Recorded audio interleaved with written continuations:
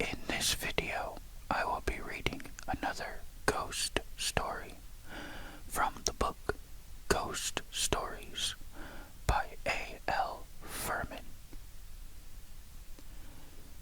Today I will be reading The Ghost of Old Stone Fort by Harry Harrison Kroll. Dad looked woefully at the flat on the old farm truck. "Well, young ones," he said, "looks like you're stuck here till about dusk. It's that patch on the inner tube. I saw a We Fix Flats place out on the highway just before we turned down here to the fort. I'll carry the tube there and get it patched again, and you all stay around here till I get back." He pulled the tube out and thrust his arm through the limp thing. Buddy, our youngest, looked frightened. "Reckon the Indian ghosts will catch us, Daddy." Dad came as close to glaring as he knew how. "Ghosts? Who's been filling your head with such nonsense?" My sister Millie and I tried not to look guilty, but it had been good fun through the afternoon to pretend that the locality was haunted. My imagination took the lead, but Millie's was not far behind. We'd pictured how it must have been at this strange spot hundreds of years ago, when the mound builders had first settled and fortified this bend of the Elk River. Dad pointed his finger at me. "No more of that. I'll be back as soon as I can. You can eat what's left in the lunch basket." He strode off, the last rays of the sunset falling upon him as he climbed the rise.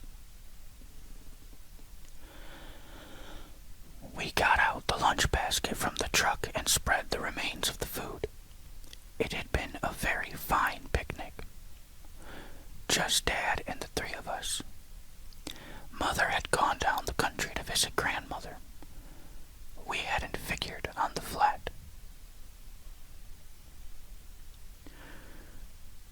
Buddy kept looking in all directions as the gloom thickened. He looked more like he wanted to cry than eat. We fussed at him. "Take this sandwich. Quit looking. Nothing here but us Indians." I laughed at my wit. Still and all, it was a spooky place. The old stone fort was eerie enough by itself.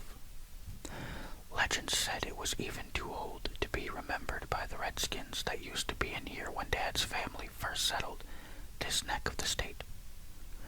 Some said the fort was built by De Soto's wandering Spaniards. In any case, it was quite a piece of doing. Nearly 10 acres were enclosed in high stone and earth walls, with openings near the four corners which must have been protected by heavy timber gates. Maybe there were rude blockhouses at the corners for keeping tab on possible enemies. All that was gone, leaving nothing but the crude walls about as high in spots as a low house. It was so far back here in the swamp near the river that few people ever came this way, though the place was an old landmark. I had read about it in an old history book.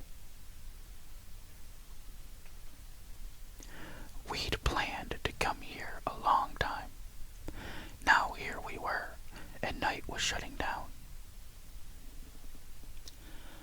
When we finished the food, Millie put the basket back, and the three of us made a huddle on an old army blanket.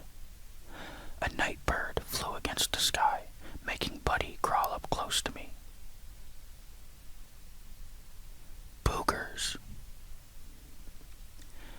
"Boogers your foot. It's a nighthawk."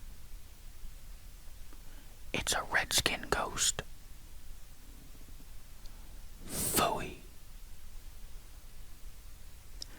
Millie said, "Jim, you ought not to have told all those scary tales." Dad should soon be returning. Instead, the dark grew deeper. I listened to the sound of the waterfall and the moan of the wind in the trees.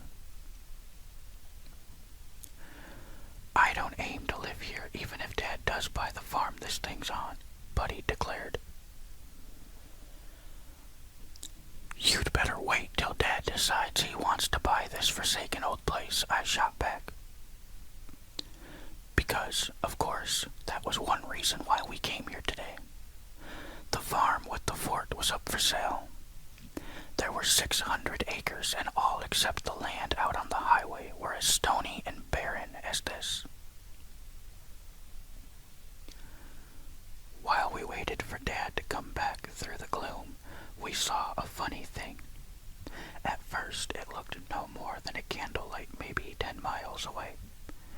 If you have ever seen a candle flame that far in a pitch-black night, you get the idea. But instead of blowing out, the light increased, rose, began to spread, became more luminous.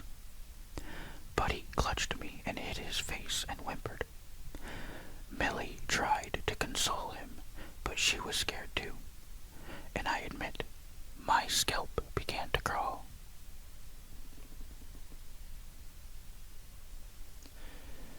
"It's nothing but a will-o'-the-wisp," I said, but I couldn't keep my teeth from chattering.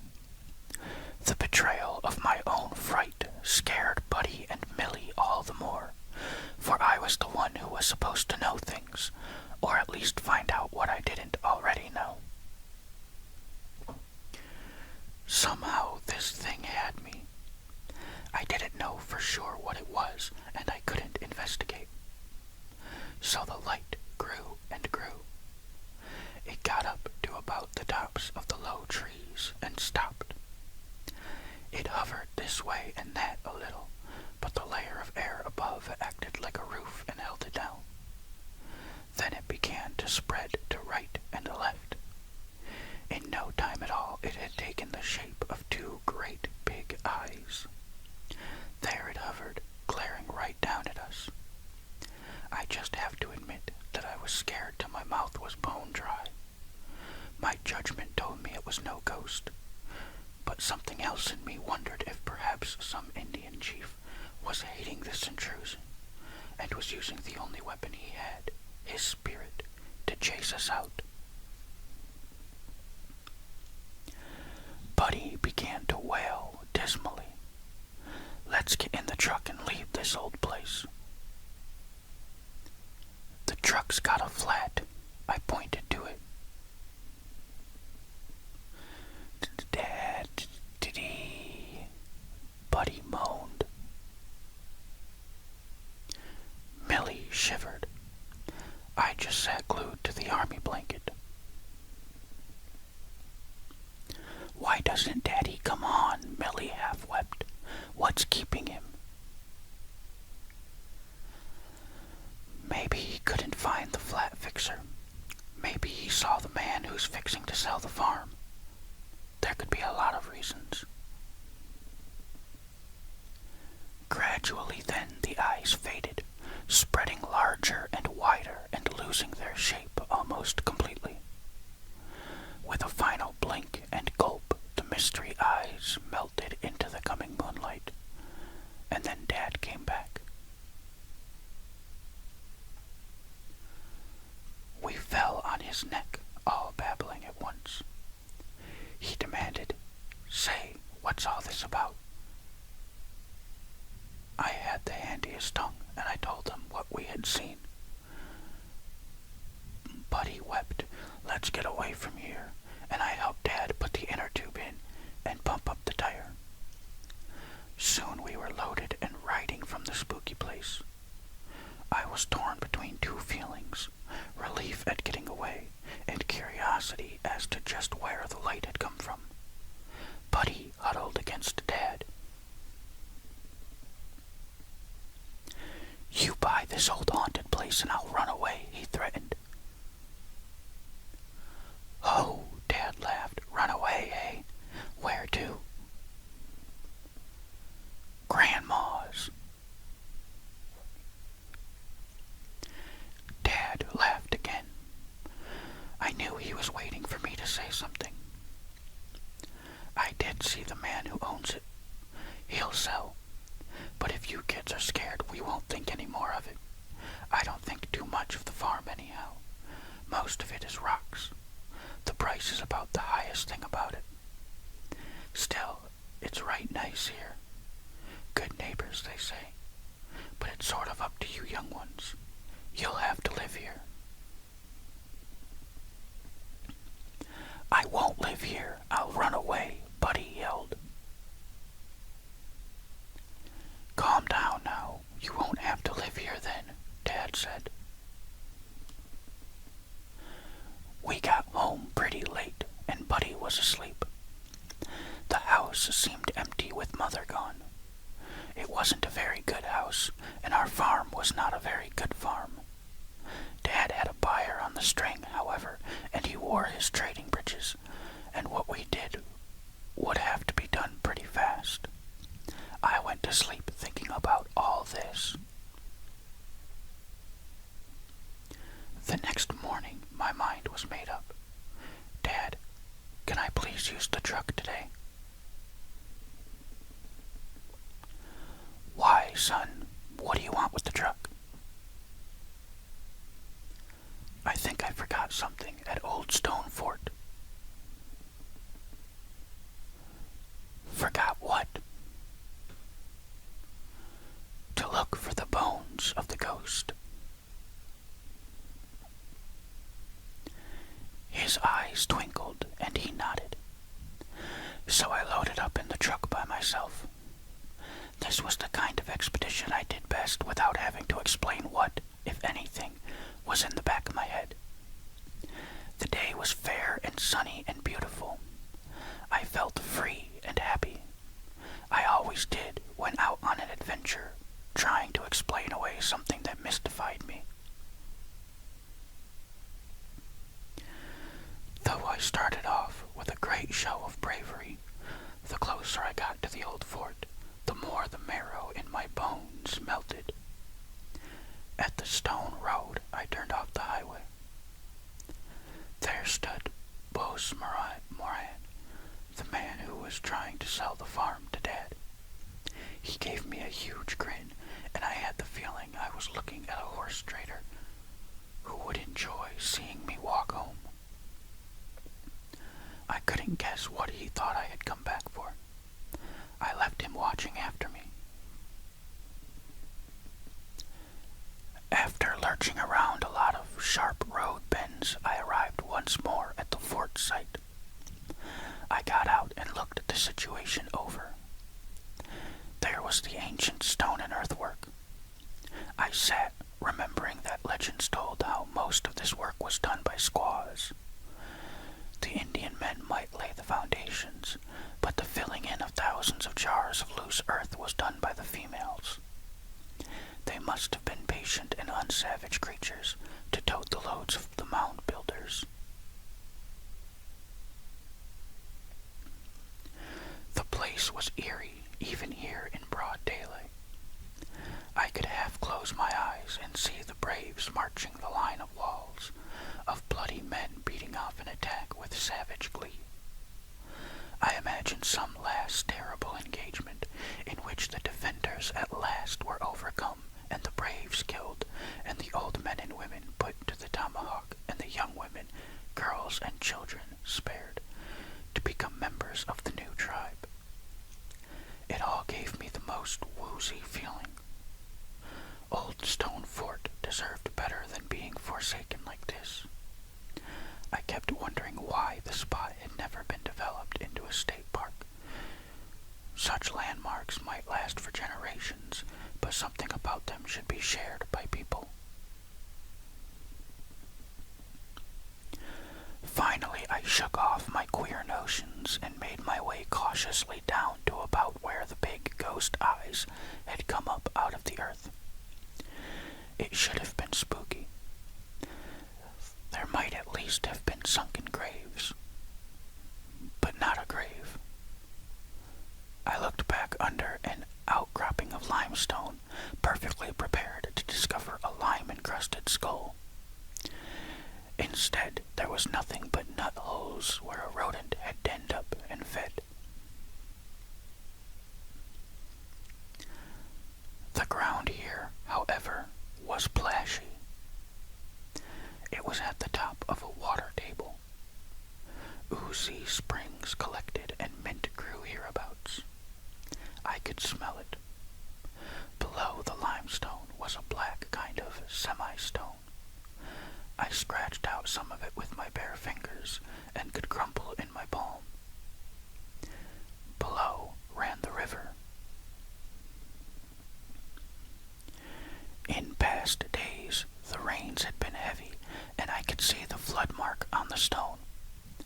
The high waters had been above the dark, crumbly rock maybe a week past. I kept thinking about this. Maybe it had something to do with the ghost. Things were working in my mind, but somehow they didn't drop into slots and click. I got a long stick and brought it back in the peat-like stuff. Then I lay flat on my stomach and investigated what looked like a small cave running back into the slope down under the fort. All this did me no good. But while I was here and had the time and was alone, I loved being all by myself. I decided I would at least investigate the fort itself and do more than rely on my imagination. I walked about, examining the stonework. I kicked loose shale. I climbed the high bank and looked in all directions. The waterfall was a steady supply of well-aired water. Below was a pool where the Indians and likely farm boys once swam. I could well imagine all this converted into a neat park, with bronze plaques instructing the curious passerby what it was all about. I couldn't think of it as a private enterprise, though it could have been converted into something like that. A cabin for souvenirs and hot dogs. I could scour the countryside for arrowheads and other relics of forgotten Stone Age men. If the weather was right, I might even produce a ghost. I laughed right out at the foolish idea, and then it hit me right between the eyes. I hustled back down to the cave spot with the soggy peat. That was it. In my excitement, I imagined I was my daddy and had a right to make a deal. I jumped into the truck and tore off back up the winding road, and there was old Boss Moran, looking as if he were waiting for me. I yelled at him, "My daddy is going to buy your farm, Mr. Moran." He came to the big gate as I stopped. He grinned at me. "Yeah, bub." "I'm sure he will," I hastily corrected myself. He didn't talk much like he would when he was fixing that flat tube. "I know, but did your pappy send you to tell me?" "Not exactly, but anyway, he'll be coming back maybe tomorrow and you can talk to him." "It's got to be pretty fast to talk." I took off because fast talk was just what I was thinking about. I really worried those old tires on the truck building up mileage. I was all out of breath, like I had been running when I got home.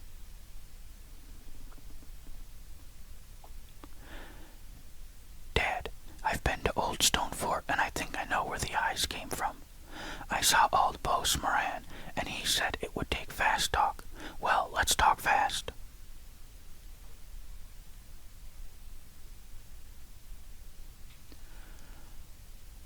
I rattled off my explanations of the ghost eyes, and Dad perked up. He agreed to go back in the morning, have a look around, and talk with Boss Moran. He got some extra money to carry along. In the afternoon, he talked with the neighbor about buying our small farm and came to a trade. The next morning, with a big basket of picnic, we started off for Old Stone Fort again. Dad stopped by to talk with Mr. Moran. They agreed on a price. Dad took the money from his pocket and paid it for an option to be taken up in a week. Then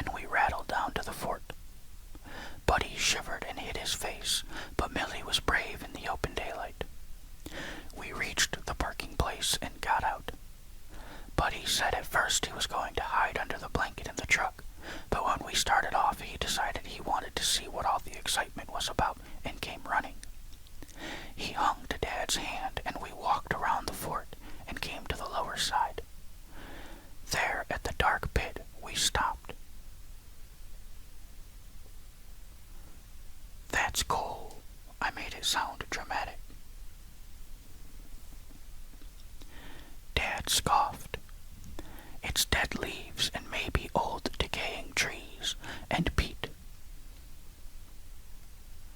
I know, that's ligneous coal. It's almost like wood. That's where the ghost came from. Phosphorus gas from the leaves and stuff that are decaying. The rise of the river wet it and made the ghost rise. Way back under there might be soft coal, but the important thing is the fort. We'd own it. Dad, we've just got to buy this fort. We can get the state park folks to come here and fix it up, and the state would build a road back in here, and we'd be written up in the papers. I was all out of breath as my imagination pictured it. Dad laughed, and then he became serious. I don't know, but what you have something, son. Okay, he decided. If you all are not afraid of the spook, and if your mother likes the place, she will, then we can go ahead with the deal. So that was settled. We spent a terrific day here again, and I watched the misty ghosts with a feeling I owned them. It's lots more fun when you really own your own spooks.